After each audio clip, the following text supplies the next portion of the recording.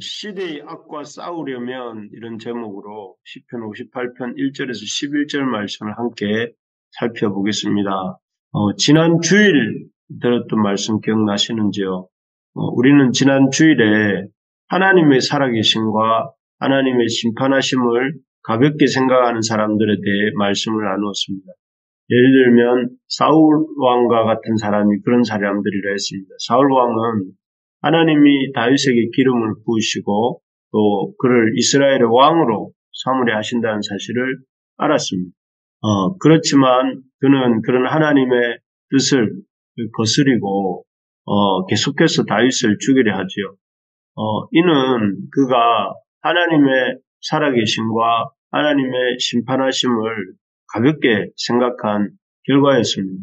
그래서 하나님의 뜻을 가볍게 생각하고 하나님의 이 심판하심을 가볍게 생각했던 것이죠. 하지만 이렇게 하나님의 살아계심과 또 하나님의 심판하심을 가볍게 생각한 결과가 무엇이었습니까? 그가 그렇게 이렇게 지키려 했던 왕위는 하나님의 뜻대로 그가 이렇게 거스르고 또 역행했던 그 하나님의 뜻대로 다윗에게 계승되고 되지요. 그리고 마치 자기가 하나님보다 더 높은 존재라도 된 것처럼 하나님과 맞서던 사울은 또 그 가문과 함께 참 이 블레셋 사람들의 손에 의해서 전멸하게 됩니다. 그렇습니다. 우리가 참으로 지혜로운 사람, 또 자기의 집을 세우고 인생을 세우고 또 그렇게 성공적으로 살려고 한다면 이 사울처럼 하나님의 살아계심과 심판하심을 절대 가볍게 생각해서는 안 됩니다. 오히려 다윗처럼 인생의 어떤 순간에도 범사에 살아계신 하나님을 인정하고 그 순간이 비록 참 절체절명의 위기의 순간이라 할지라도 하나님의 살아계심을 인정하고 그분을 두렵고 떨림으로 경외하는 삶을 살아야 합니다. 그렇게 할 때 그 삶은 이렇게 그 삶이 모래 위에 지은 집처럼 산산이 흩어져 가는 것이 아니라 반석 위에 지은 집과 같이 홍수가 나고 바람이 불어도 흔들리지 않고 견고하게 서게 되는 것입니다. 그런 우리 부르심의 가족들의 삶이 되시기를 주님의 이름으로 축복합니다. 오늘 본문에도 보면 이 하나님의 살아계심과 하나님의 심판하심을 가볍게 생각하는 사람들이 나옵니다. 그들이 누군가 하면은 1절에 보니까 이스라엘의 통치자라고 합니다. 그리고 한마디로 이 사람들은 이스라엘 안에서 법을 올바르게 법을 지키고 또 법을 올바르게 집행해야 하는 그런 사람들이었죠. 그들은 어떤 의미에서 누구보다 하나님의 살아계심과 하나님의 심판하심을 진지하게 받아들이면서 삶 속에서 또 자기에게 맡겨지는 일을 하면서 악을 멀리하고 또 악인들을 벌하고 통치자니까요. 악인들을 벌하고 또 징계해야 할 그런 그래서 선을 권장하고 악을 벌해야 되는 그런 위치에 있는 사람들이었습니다. 하지만 이들은 하나님의 살아계심과 하나님의 심판하심을 드러내야 하는 사명을 받고 또 직분을 가졌으면서도 그 사실과 사명을 완전히 망각하고 있었습니다. 그래서 1절, 2절처럼 행동했습니다. 한번 읽어보겠습니다. 통치자들아 너희가 정의를 말해야 하거늘 어찌 잠잠하냐. 정의를 말해야 되는데 잠잠하다고 합니다. 그리고 인자들아 너희가 올바르게 판결해야 하거늘 어찌 잠잠하냐. 올바른 판단을 내려야 될 인자들, 즉 이 판사들이 잠잠하다 이렇게 말합니다. 그러면서 2절에 아직도 너희가 중심의 악을 행하며 땅에서 너희 손으로 폭력을 달아주는도다. 여기 보니까 참 악을 행하고 폭력을 달아준다. 그냥 폭력을 반감만 하고 있는 것이죠. 여기에 보면 그들은 마땅히 선을 집행하고 악을 벌함으로 하나님의 살아계심과 하나님의 심판하심, 하나님의 정의로우심을 드러내야 하는 위치에 있고 직분도 있지만 그 사명을 망각하고 계속해서 잠잠했다는 표현이 나오고 있습니다. 그리고 그 결과 그들의 무관심과 또 방조로 말미암아 악과 악행 또 악인이 온 땅에 가득한 그런 상황이 됩니다. 그렇습니다. 이 악을 따르며 악행을 하는 것은 당연히 악입니다. 그죠? 악을 행하고 악을 따르고 악행을 행하는 것은 당연히 악이죠.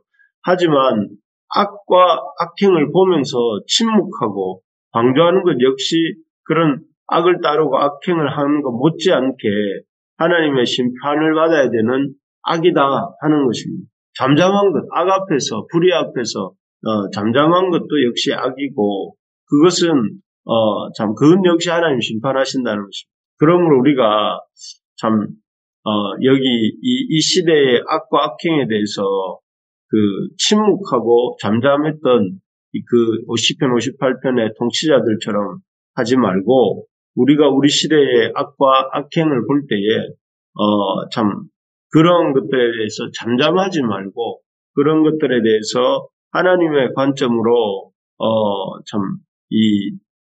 그런 것들을 시정해 나가야 된다 하는 것입니다. 그래서 바른 선이 이루어지고 또 악이 참 무너지도록 선을 이렇게 권장하는 일을 우리가 해 나가야 되는 것이죠. 그래서 어떻게 하는 것이 그러면 하나님의 백성된 우리가 이 시대의 악과 악행에 대해서 악에 대해서 믿음으로 대적하는 것이 될까요? 이게 오늘 내용이라 할 수 있는데요. 무엇보다 먼저는 우리 자신이 하나님의 살아계심과 하나님의 심판하심을 믿어야 합니다. 11절을 제가 한번 읽어보겠습니다. 그때에 사람의 말이 진실로 의인에게 갚음이 있고 진실로 땅에서 심판하시는 하나님이 계시다 하리로다 이렇게 되어 있습니다.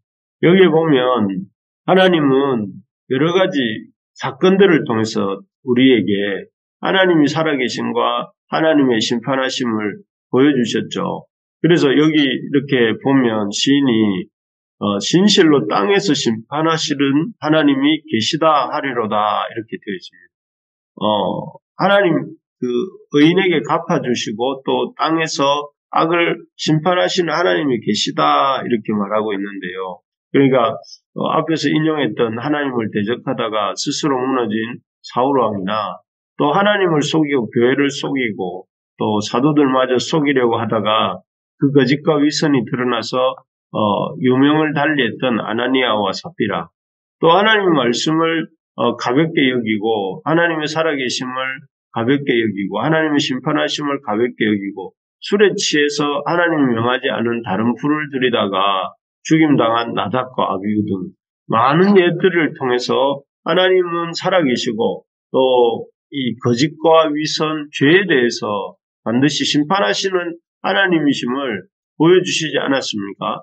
그렇기 때문에 이 시편 58편 11절에 저자가 말하는 것처럼 진실로 땅에서 심판하신 하나님이 계시다 하는 것을 분명히 믿고 그런 하나님의 이 보여주신 증거들로 경고를 받으면서 하나님 앞에 살아계신 하나님 앞에 심판하시는 하나님 앞에 두렵고 떨리는 마음을 갖고 살고자 힘써야 된다는 것입니다. 그래서 교회당 안에서뿐만 아니라 우리 삶 속에서 우리 자신부터 하나님의 살아계심과 하나님의 심판하심과 하나님의 정의로우심을 공의로우심을 드러내는 삶을 살아야 한다 하는 것입니다.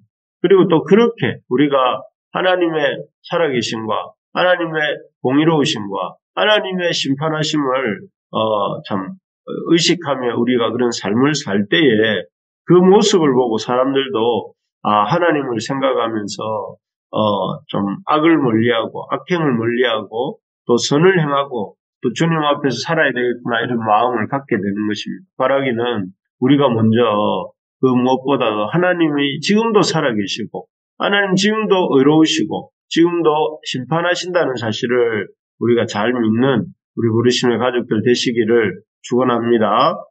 두 번째로 보면 하나님께서 축복된 하나님의 백성된 우리가 이 시대의 악과 악행에 대해 믿음으로 대적하는 길이 무엇인가 하면은 첫째는 우리가 하나님의 살아계심과 심판하심과 공의로우심을 믿어야 된다 했다면, 두 번째는 하나님께 간절히 기도해야 된다 하는 것입니다. 6절에서 9절 우리 같이 한번 읽어볼까요? 6절에서 9절입니다.